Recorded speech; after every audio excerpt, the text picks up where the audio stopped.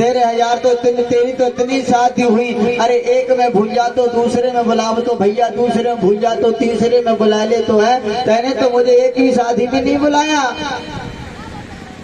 किसी भी में नहीं बुलाया। आज कन्हैया कहने लगे, बोले सुदामा अगर भैया तेरी तरह एक भी शादी होती तो मैं तुझे बुला लेता। अरे भैया मेरी शादी तो इस तरीके से हुई है कि 6 बजे तक कोई मतलब ही नहीं है शादी का, और 6:02 में बहू घर में आ गई है? मैं तुझे कैसे बुलाता? दोनों में वार्तालाप हो रही है। कहने लगे, चोरे कन्हैया लाला,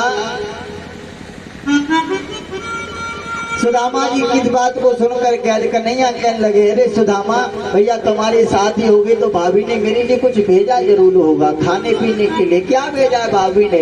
अब जैसे नाम आया, क्या भेजा है? भेजने का नाम आया, आज सुदामा जी उस चावल की पोटली को दुबकाने लगे हैं। कैसे दो इस कन्हैया को है, राजा है, महलों का राजा है, द्वारका का राजा बना हुआ है, आज उसे चावल निकाल के दू तो दू कैसे? पोटली तो मुकाने लगे। बोले ना लाला तेरी भाभी ने कुछ ना भेजो। बोले ना कछु तो भेजो होगो मेरी भाभी ने मेरे ताई मेरे लिए। लेकिन कहते हैं श्रोताओ, आज मेरे गोविंद भगवान ने जिद की है और जिद करते हुए इस पोटली को कांख से छुड़ा लिया, निकाल लिया। और श्रोताओं कुछ लोग कहते हैं कि सुदामा ने की जो पोटली थी चावल के उसमें से 2 मुट्ठी चावल खाए। लेकिन श्रोताओं भागवत के 10वें स्कंद के 80वें नंबर अध्याय में एक श्लोक मिला। उस श्लोक में लिखा हुआ है कि मेरे गोविंद भगवान ने चावल की 1 मुट्ठी भरी थी और 1 मुट्ठी में से उसको 2 बार में खाया था। 2 मुट्ठी चावल नहीं, 1 मुट्ठी को भरा, 1 बार में खा लिया, जो बचे उन्हें दोबारा में खाया था। तो कहते श्रोताओं 1 मुट्ठी चावल मेरे गोविंद भगवान ने खाए हैं। आदेश कर दिया कि 1 लोक का सुख, 1 लोक का जो सुख होता है वो मेरे सुदामा को मिले। दूसरी मुट्ठी चावल खाए, आदेश कर दिया जो 2 लोगों का सुख होता है वो मेरे सुदामा को मिले। और जैसे तीसरी मुट्ठी खाना चाहते हैं, आज आकर के रुक्मिणी ने रोक लिया। महाराज क्या कर रहे हो? भूल गए? आज इस ब्राह्मण पे इतने मेहरबान हो रहे हो, भूल गए उस दिन को? अरे वो भी एक ब्राह्मण था जिसने तुम्हारी छाती में लात मारी थी प्रभु, वो भी एक ब्राह्मण था। आज इस ब्राह्मण पे इतने मेहरबान हो रहे हो? कन्हैया बोले, कह रहे रुक्मिणी वो भी तो एक ब्राह्मण था जो तेरी पत्र का लेकर के आया, जिसकी वजह से आज तू मेरी पत्नी बन करके मेरे पास बैठी हुई है। वो भी तो एक ब्राह्मण था। आज कहते हैं श्रोताओं 2 लोगों का सुख 2 लोग नहीं दिए थे। कुछ लोग कहते हैं 2 लोगों का राजा बनाया था, बल्कि 2 लोग का जो सुख होता है वो सुदामा के लिए दिया था। बड़े सुंदर महल सुदामापुरी में बनवा करके तैयार कर दिए मेरे भगवान ने। काफी समय व्यतीत हुए, 2, 4, 6, 10 दिन सुदामा जी महाराज मैया और रुके हैं। लेकिन एक दिन सुदामा जी कहने लगे, लाला अरे कन्हैया देख तेरी जो भाभी है ना वो घर पर बाट निहार रही होगी है, अब तो जाना चाहिए। कन्हैया ने नहीं 1 मिनट कहा कि तुम रुक जाओ। सुदामा जी ने कहा, बोले लाला अब तो जाना चाहिए, तेरी भाभी इंतजार कर रही होगी। कन्हैया ने भी कह दिया, हाँ भैया जाइए। और जैसे ही सुदामा जी महाराज चलने के लिए तैयार हुए, जैसे चलने के लिए तैयार हुए सुदामा जी महाराज जो कि राजसु वस्त्र पहन रखे थे, कन्हैया ने आवाज लगाई, भैया सुदामा। बोले जी भैया। बोले भैया कहाँ जा रहे हो? बोले घर। बोले घर तो जा रहे हो, जो वस्त्र पहन रखे इन्हें उतार जाओ भैया, जिन्हें पहन के आए तो उन्हीं को पहन करके जाओ।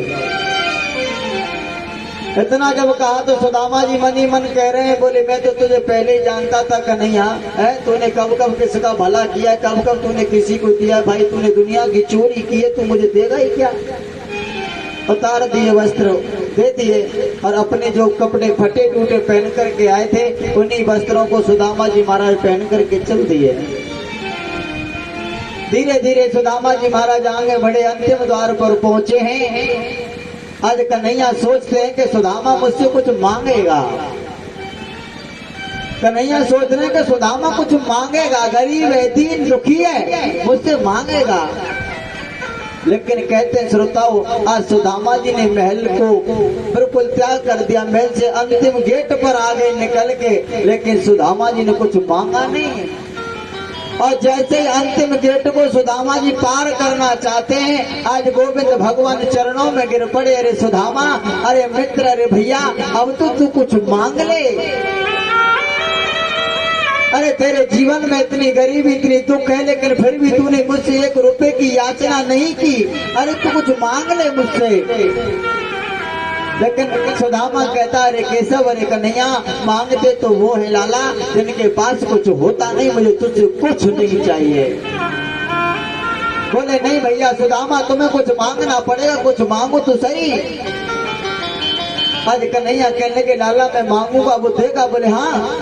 तो सुदामा कहते, लाला मैं तुझसे एक ही वरदान मांगता हूँ, एक ही वस्तु मांगता हूँ। देख लाला, तेने जरासंध से युद्ध करियो ना, और जब से तेने जरासंध से युद्ध करियो है, तब से तेरो शरीर कोमल है गयो, कमजोर है गयो। लाला तूने कुछ खायो पियो ना है। देख तू अगर मुझे कुछ देना चाहता है तो लाला केवल इतना दे कि अपने शरीर का ख्याल रख, खा पी करके तू अच्छा बना रहे। अरे तुझ में दम बनी रहेगी लाला, तू ठीक बना रहेगा तो मुझ बूढ़े में भी ताकत बनी रहेगी,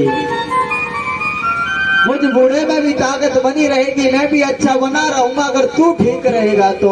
आज कन्हैया चरणों से लिपट गया। अरे सुदामा, आज तू मेरा मित्र नहीं बल्कि पाप बन करके बोला है, मित्र नहीं बल्कि पाप बन करके बोला है। सुदामा कुछ मांग ले। लेकिन मैया सुदामा ने कुछ मांगा नहीं, चले आए। सुदामापुरी पहुंचे, लेकिन मैया जो सुदामापुरी थी ना, जिसमें पहले कहीं पर सुदामा की जो टूटी फूटी झोंपड़ी पड़ी हुई थी, पिटोरा बने हुए थे सुदामापुरी में, आज वो सुदामापुरी द्वारका से भी सुंदर बन गई है, द्वारका से भी सुंदर। और सुदामा जी सुदामापुरी में पहुंचे और आज देख करके वापस होने लगे। ये मेरी नगरी नहीं है, ये मेरी नगरी नहीं है, लौट रहे, वापिस होने लगे। लेकिन सुशीला ने दूर से देख लिया, सुदामा जी को आवाज लगाई, बोले महाराज यही तुम्हारी सुदामापुरी है। लेकिन कहते हैं श्रोताओं, आज सुदामा जी महाराज ने महलों में प्रवेश पाया है। मखमल के गद्दे पर आज सुदामा जी रात्रि में सोए। और कहते हैं श्रोताओं, जो सुदामा 24 घंटे गोविंद के नाम का गुणानुवाद करता रहता था, आज वो सुदामा मखमल के गद्दे पर सोया। आज सुदामा को अपने शरीर की सुध बुध नहीं रही, परमात्मा को भी भूल गया। ऐसी नींद आ गई, ऐसी नींद आ गई उस सुदामा को कि जो 24 घंटे प्रभु के नाम की माला जपता था, आज कई घंटे निकल गए सोने में, प्रभु का एक भी नाम नहीं लिया। और जैसे सवेरे निद्रा खुले, आज सुदामा जी महाराज ने अपनी पत्नी सुशीला से कहा, करी सुशीला तुझे संसार के सुख चाहिए थे, धन लक्ष्मी वैभव चाहिए था, वो तुझे मिल गया, मुझे ऐसे सुख की जरूरत नहीं। सुख के माथे सिल पड़े जो हरि हृदय से जाए। अरे सुशीला मुझे ऐसे सुख की कोई आवश्यकता नहीं जिस सुख को पाकर के मैं परमात्मा को भुला दूं, उस गोविंद को विसार दूं। सुख के माथे सिल पड़े जो हरि हृदय से जाए, और बलिहारी व दुख की जो पल पल नाम जपाए। मुझे ऐसा सुख नहीं चाहिए, मुझे तो वो दुख चाहिए जिस दुख में मेरा गोविंद हमेशा मेरे साथ बना रहे। मुझे वो सुख चाहिए, वो दुख चाहिए केवल, और कुछ नहीं चाहिए।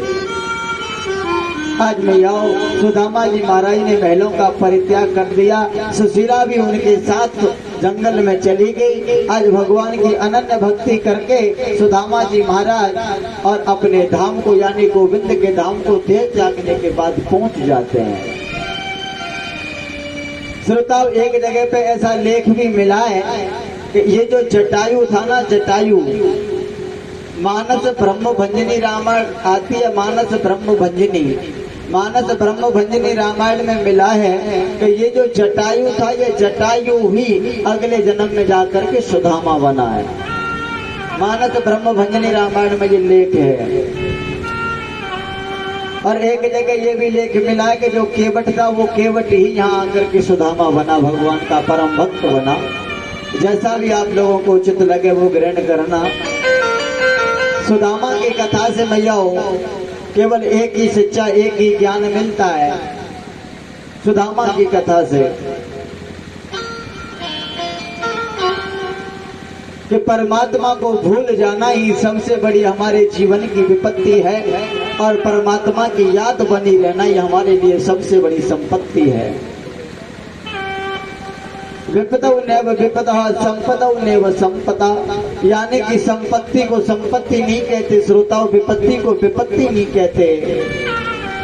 विपदा नारायण विस्मृति, यानी विपत्ति उसे कहते जिससे नारायण की हम नारायण को भूल जाए, नारायण की विस्मृति हो जाए। संपन्न नारायण स्मृति, हर समय उस गोविंद की याद बनी रहना, उस परमात्मा की याद बनी रहना, इस श्रोताओं सबसे बड़ी संपत्ति हुआ करती है।